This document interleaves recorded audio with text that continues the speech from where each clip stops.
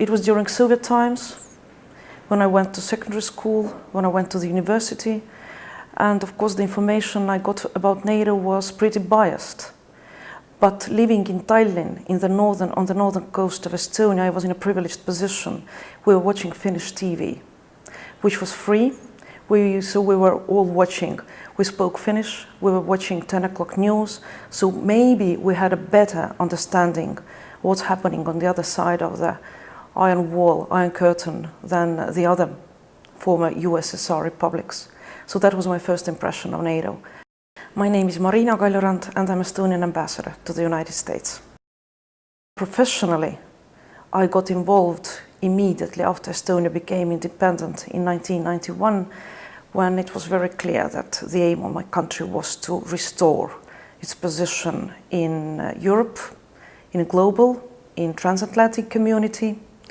And our two main aims were to accede to NATO and to accede to the EU.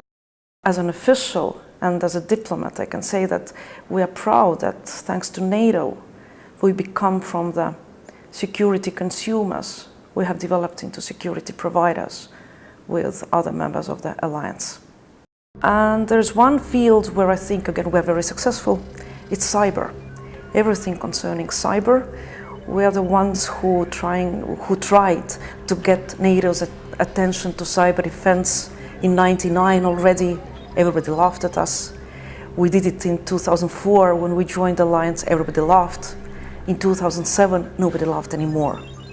And since 2008, we have the NATO Cyber Defense Center of Excellence in Tallinn.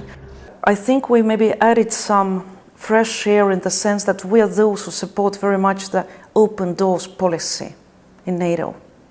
We think that every state has the right to join the alliance if the state fulfills the criteria. The alliance should be open. I don't know who had said that, but I agree very much that if there wasn't today NATO, we had to create it. Because NATO has been one of the most reliable, efficient, and working alliances. Because the members of alliance, they really do share the common values, principles. They do share the understanding of the world. They are ready to move in certain directions. Member states are all different. And it's not easy to work with 28 egos, 28 individual states. But the real force of the alliance is in the capability of having compromises, of trusting each other, and in seeing the world globally. I am proud that my country is a reliable partner, that my country is fulfilling the obligations which we took when we joined the alliance.